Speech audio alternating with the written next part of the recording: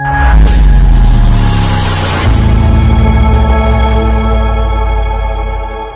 اللہ الرحمن الرحیم. یہ بدعت کسے کہتے ہیں اور سنت کسے کہتے ہیں؟ بدعت ہر وہ کام جو قرآن کے اندر موجود نہیں، حدیث کے اندر موجود نہیں، اور اگر اسے دین سمجھ کر کے کیا جائے اسے بدعت کہا جاتا ہے. تو اللہ تبارک و تعالیٰ نے قرآن مجید کے اندر ارشاد فرما دیا، الیوم اکملت لکم دینکم واتممت علیکم نعمتی ورضیت لکم الاسلام دینا، کہ میں نے تمہارے لیے دین کو مکمل کر دیا. الیوم اکملت لکم دینکم واتممت علیکم نعمتی، اور میں نے اپنے نعمت کا اتمام تمہارے اوپر کر دیا، اور دین اسلام، اور اسلام کو دین ہونے پر میں راضی ہو گیا. اب اس کے اندر کسی قسم کی کمی اور بیشی کی کوئی گنجائش نہیں ہے. حضرت عائشہ صدیقہ رضی اللہ تعالی عنہ بیان کرتی ہے کہ اللہ کے رسول جناب محمد رسول اللہ صلی اللہ علیہ وسلم نے ارشاد فرمایا، من احدث فی امرنا ھذا ما لیس منہ فہو رد. متفق علیہ. بخاری اور مسلم کے اندر یہ روایت موجود ہے.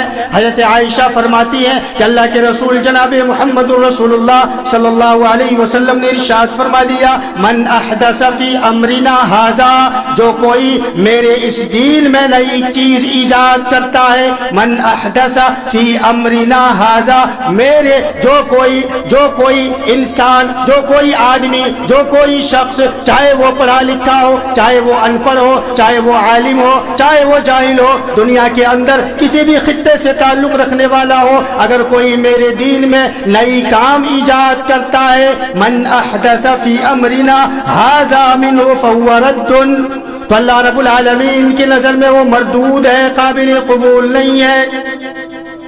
جو اپنے نفس سے، اپنے منمانی طور پر دین میں ثواب کی نیت سے اگر کوئی کام کرتا ہے تو وہ بدعت ہے، اور اللہ رب العالمین ایسے کام کو قبول نہیں کرتا ہے.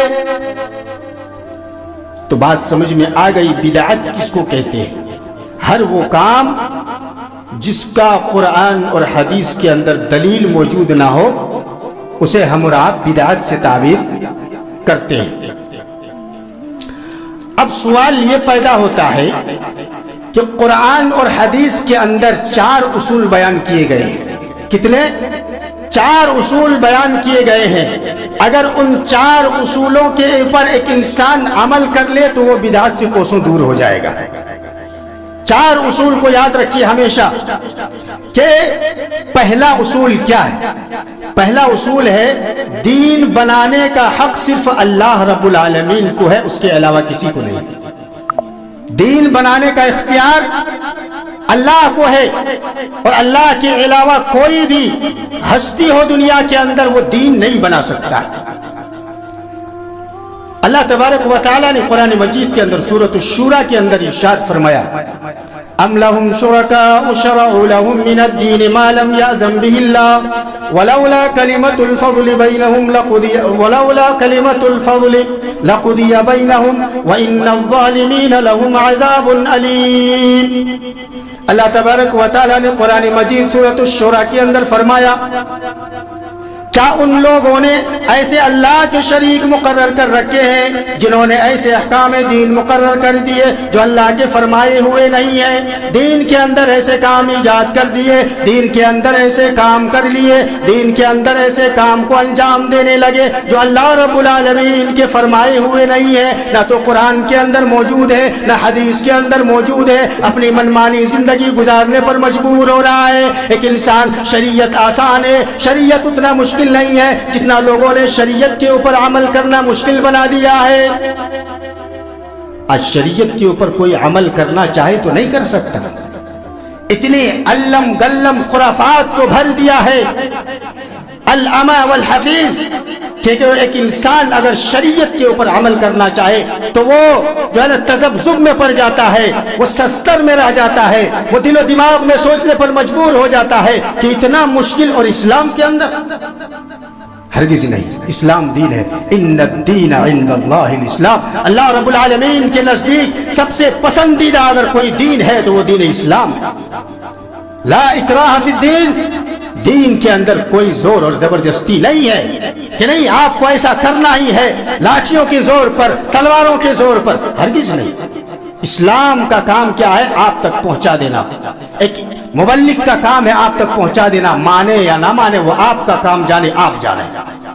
تو اللہ تبارک و تعالی نے فرمایا ام لهم شرکاء شرعوا لهم من الدین ما لم یأذن به اللہ ولولا کلمۃ الفصل لقضی بینهم وان الظالمین لهم عذاب علیم۔ کیا ان لوگوں نے ایسے اللہ کے شریک مقرر کر رکھے ہیں جنہوں نے ایسے احکام دین مقرر کر دیے جو اللہ کے فرمائے ہوئے نہیں ہیں؟ اگر فیصلے کا دن کا متعین نہ ہوتا، اگر اللہ قیامت کا دن کو متعین نہ کر دیتا، اور اگر ایسے ایسے ایجادات کر بیٹھتے، ایسے ایسے کام نئے دین کے اندر نئے کام ایجاد کرتے، تو اللہ فرماتا ہے ولولا کلمۃ الفصل لقضی بینہم وان الظالمین لهم عذاب علیم۔ کہ اگر فیصلے کے دن کا وعدہ نہ ہوتا تو ابھی ہی ان میں فیصلہ کر دیا جاتا۔ سمجھ میں آ گئی کہ بدعت کتنا خطرناک چیز ہے۔ اللہ کے نزدیک سب سے زیادہ مبغوض انسان اور اللہ سب سے زیادہ ناراض اس انسان سے ہوتا ہے جو دین کے اندر کوئی کام نیا ایجاد کرتا ہے۔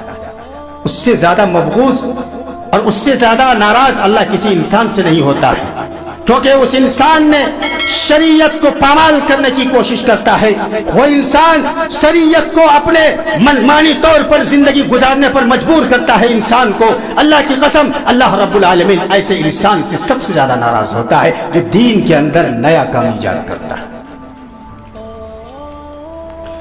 اسی طریقے سے اللہ تبارک و تعالی نے دوسرے مقام پر فرمایا اتخذوا احبارهم ورهبانهم اربابا من دون اللہ۔ ان لوگوں نے اپنے اماموں کو، اپنے درویشوں کو رب بنا لیا۔ یہود و نصارہ نے اپنے اماموں کو، اپنے درویشوں کو رب بنا لیا۔ اس آیت کریمہ کی تلاوت کر لینے کے بعد حضرت عدی ابن حاتم رضی اللہ تعالیٰ عنہ بیان کرتے ہیں کہ اللہ کے رسول جناب محمد رسول اللہ صلی اللہ علیہ وسلم کی خدمت میں حاضر ہوا۔ میرے گلے میں ایک سلیب لٹک رہا تھا، میں سونے کا سلیب پہنا ہوا تھا، کراس پہنا ہوا تھا، عیسائیوں کا جو نشان ہوتا ہے وہ میں پہن کے رکھا تھا۔ اللہ کے رسول جناب محمد رسول اللہ صلی اللہ علیہ وسلم کی خدمت میں حاضر ہوا۔ اللہ کے رسول جناب محمد رسول اللہ صلی اللہ علیہ وسلم نے فرمایا اے عدی ابن حاتم، تم نے اپنے گلے میں بت کو کیوں لٹکا لیا ہے؟ کیا کہا؟ بت کو کیوں لٹکا لیا ہے؟ ایک سلیب کو لٹکایا تھا، کراس کو لٹکایا تھا، عیسائیوں کا جو نشان ہوتا اسے پہن کر کے آیا تھا۔ اے عدی ابن حاتم، تم نے اپنے گلے کے اندر یہ بت کو کیوں لٹکا کر کے آیا ہے؟ ابھی عیسائی تھا، ابھی مسلمان نہیں ہوا تھا۔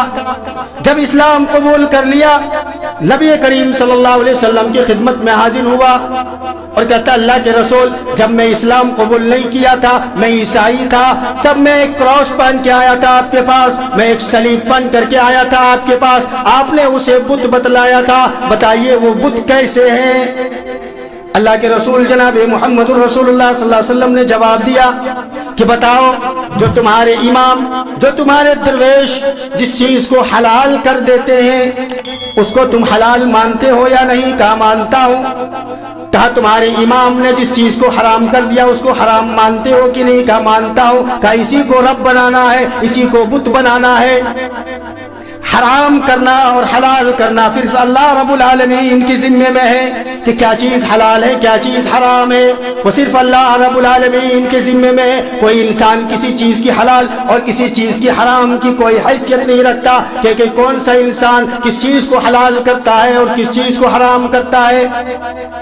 میرے نوجوان ساتھیوں، خصوصی طور پر میں آپ سے مخاطب ہوں، کیونکہ آپ اس قوم کے رہبر بنیں گے، آپ اس قوم کے رہنما بننے والے ہیں، آپ اس قوم کے مستقبل ہیں۔ آپ اگر بگڑے تو پوری قوم بگڑ جائے گی، اور اگر آپ سدھرے تو پوری قوم سدھر جائے گی۔ لیکن میرے بھائیوں اور دوستوں، معاف کرنا میری زبان تھوڑی سی تلخ نکلے گی، لیکن میں پہلے سے معذرت چاہتا ہوں۔ اللہ رب العالمین نے ہر انسان کو عقل سلیم سے نوازا ہے، ہر انسان کو سوچنے اور سمجھنے کے لیے دل و دماغ سے نوازا ہے۔ کیا ہمارے پاس عقل نہیں؟ کیا ہمارے پاس شعور نہیں؟ کیا ہمارے پاس سمجھنے اور سوچنے کے لیے دل و دماغ نہیں؟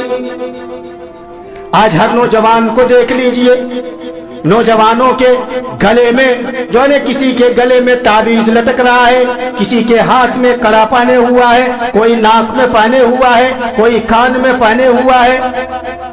کیا ہے میرے بھائیوں اور دوستو، یہ ساری چیزیں کیا ہے؟ اسلام اس بات کی اجازت دیتی ہے؟ ہرگز نہیں۔ من علق تمیمۃ فقد اشرک۔ غور سے سنیے گا، عقیدے کے تعلق سے بات کر رہا ہوں۔ اگر انسان کا عقیدہ مضبوط نہیں، اگر انسان کا عقیدہ صحیح نہیں، لاکھ اعمال کر لے اللہ اس کے منہ پہ مار دے گا، قبول نہیں کرے گا۔ عقیدے کی درستگی ضروری ہے۔ من علق تمیمۃ فقد اشرک، جس کسی نے بھی تعویذ کو گلے میں لٹکایا اس نے شرک کیا۔ آج تعویذ ہم پہنتے ہیں، فلاں مصیبت ہے، مولوی صاحب ایک تعویذ دے دیجئے۔ یہ پٹ پلوے مولوی صاحب بھی بہت سارے گھوم رہے ہیں، پھر رہے ہیں۔ شکم پرور ملا جو اپنے ایمان کو چند سکوں میں بیچ ڈالتا ہے، اپنے ایمان کو، اپنے ضمیر کو چند سکوں کا سودا کر لیتا ہے، اللہ کی قسم وہ عالم نہیں ہو سکتا، وہ دین کا رہنما نہیں ہو سکتا، وہ دین کا رہبر نہیں ہو سکتا۔ جو چند سکوں میں ایک کاغذ لکھ کر کے دیتا ہے اور وہ یہ کہتا ہے کہ اس تعویذ سے یا اس کاغذ سے تمہارا فلاں بیماری چلی جائے گی، وہ پلوا مولوی صاحب ہے۔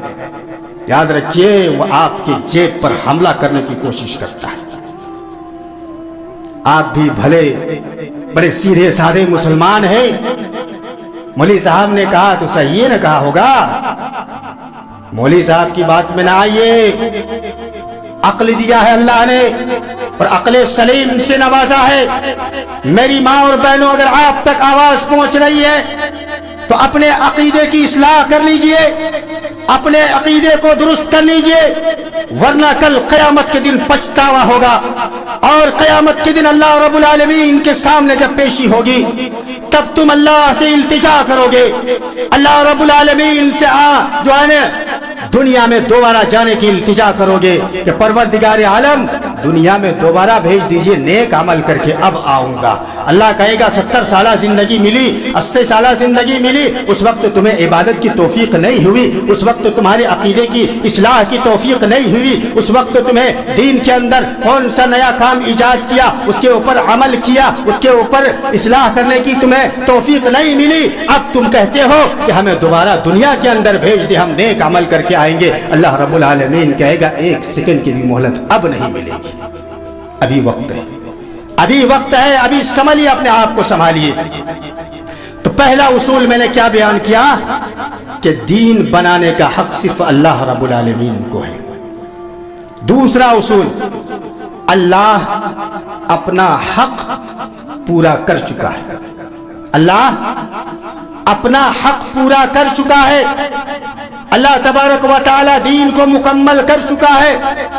نبی کائنات جناب محمد رسول اللہ صلی اللہ علیہ وسلم کے ذریعے سے دین کو مکمل کر دیا، اور ایک جنب غفیر کو اللہ کے رسول جناب محمد رسول اللہ صلی اللہ علیہ وسلم نے صحابہ کرام کے مجمع کے اندر کھڑے ہو کر کے کہا تھا، الیوم اکملت لکم دینکم واتممت علیکم نعمتی ورضیت لکم الاسلام دینا۔ کیا میں نے دین کو مکمل کر دیا؟ صحابہ کرام نے کہا اللہ کے رسول آپ نے دین کو مکمل کر دیا، آپ کے اندر جو آپ نے دین لے کر کے آئے آپ پورے کے پورے مکمل کر دیے، نہ کمی رہی نہ بیشی ہوئی۔ الست بربکم قالوا بلا شہدنا۔ دنیا کے اندر جتنے بھی انسان آئے ہیں اور جتنے آئیں گے، سارے لوگوں کو اللہ رب العالمین نے اپنے پاس بلا کر کے ایک وعدہ لیا تھا، الست بربکم،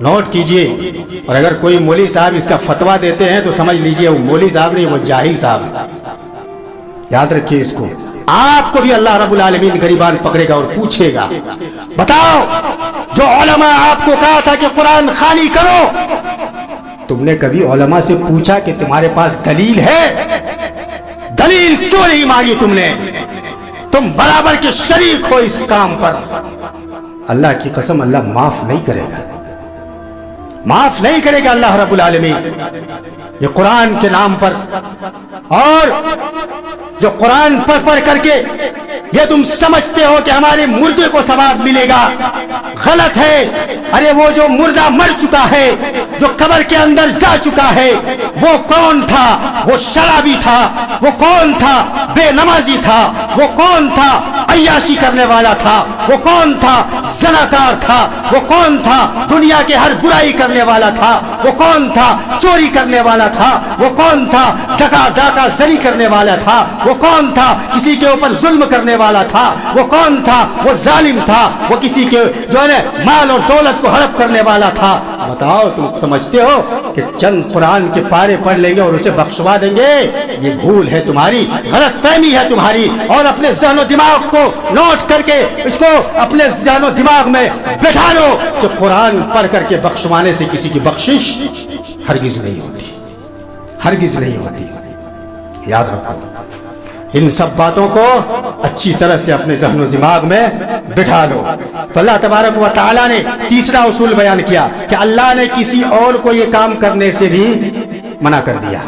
اللہ دین بناتا، اللہ حلال اور حرام کرتا ہے. تیسری چیز اللہ نے کسی اور کو یہ کام کرنے سے منع کر دیا. اللہ تبارک و تعالیٰ نے فرمایا یا ایھا الذین آمنوا لا تقدموا بین یدی اللہ ورسولہ واتقوا اللہ ان اللہ سمیع علیم. اے ایمان والو اللہ اور اس کے رسول سے آگے بڑھنے کی کوشش نہ کرو. اے ایمان والو اللہ رب العالمین اور اس کے رسول جناب محمد الرسول اللہ صلی اللہ علیہ وسلم سے آگے بڑھنے کی کوشش نہ کرو. اللہ سے ڈرتے رہو، وہ سننے والا اور جاننے والا ہے. اب یہ قرآن خوانی تم کرتے ہو، تعویذ اپنے گلے میں لٹکاتے ہو، کڑے بھی پہنتے ہو، یہ تمام کام تم کرتے ہو. بتاؤ اللہ کے رسول جناب محمد الرسول اللہ صلی اللہ علیہ وسلم نے ان کی اجازت دی ہے کہ اللہ رب العالمین نے اجازت دی ہے؟ اگر نہیں دی ہے تو تم اللہ اور اس کے رسول سے آگے بڑھنے کی کوشش کر رہے ہو. اور جو انسان اللہ اور اس کے رسول سے آگے بڑھنے کی کوشش کرے گا اس کا ٹھکانہ جہنم ہوگا. کوئی کمپرومائز نہیں ہوگا اس پر. ہم سمجھتے ہیں دین ہے، قرآن ہی تو پڑھتے ہیں، کیا ہوگا؟ عصر کی نماز 4 رکعت ہے، 5 پڑھ لیں گے، کیا ہوگا؟ ظہر کی نماز فرض 4 ہے، 5 پڑھ لیں گے، کیا ہوگا؟ ہوگا کچھ؟ نماز پڑھیں گے نا، ثواب ہی تو ملے گا. نہیں، شریعت نے ایک دیوار کھینچ دیا ہے، شریعت نے ایک حد کو متعین کر دیا ہے کہ اس حد سے آگے کوئی نہیں بڑھے گا، کوئی نہیں بڑھے گا اس حد سے آگے. میرے بھائیوں اور دوستوں، کہنے کا مطلب یہ ہے کہ اللہ تبارک و تعالیٰ نے قرآن مجید کے اندر فرما دیا یا ایھا الذین آمنوا لا تقدموا بین یدی اللہ ورسولہ واتقوا اللہ ان اللہ سمیع علیم. اور ایمان والو، اللہ کے اوپر ایمان رکھنے والو، اس کے فرشتوں پر ایمان رکھنے والو، اس کی کتابوں پر ایمان رکھنے والو، تقدیر اچھی بری تقدیر پر ایمان رکھنے والو، قیامت کے دن پر ایمان رکھنے والو، اچھی طرح سے سمجھ لو، اچھی طرح سے اپنے دل و دماغ میں بٹھا لو اس بات کو کہ جو بھی انسان اللہ اور اس کے رسول سے آگے بڑھنے کی کوشش کرے گا اس کا ٹھکانہ جہنم ہوگا. چوتھا اصول، اگر کسی نے دین میں کوئی نیا عمل ایجاد کیا تو وہ عمل مردود ہے، اللہ کے یہاں قابل قبول نہیں ہے، جیسا کہ میں نے بیان کر دیا. اب میں آپ سے سوال کرتا ہوں، آپ سب سے سوال ہے کہ جب اللہ تبارک و تعالی نے حکم نہیں دیا، اللہ کے رسول جناب محمد الرسول اللہ صلی اللہ علیہ وسلم نے حکم نہیں دیا، تو اگر وہ عمل ہم کریں گے تو اللہ قبول کرے گا یا نہیں؟ جواب آنا ادھر سے، عمل کرے گا یا نہیں؟ نہیں کرے گا عمل، اللہ قبول نہیں کرے گا، کیونکہ اللہ کے قانون کے خلاف تم کام کر رہے ہو. نبی کائنات جناب محمد رسول اللہ صلی اللہ علیہ وسلم کے طریقے کے خلاف تم کام کر رہے ہو میرے بھائیو اور دوستو. تو میرا کہنے کا مطلب یہ ہے کہ یہ جو علم گلم یہ خرافات جو ہم اور آپ معاشرے کے اندر کر رہے ہیں یہ ساری چیزیں قرآن اور حدیث کے خلاف ہے.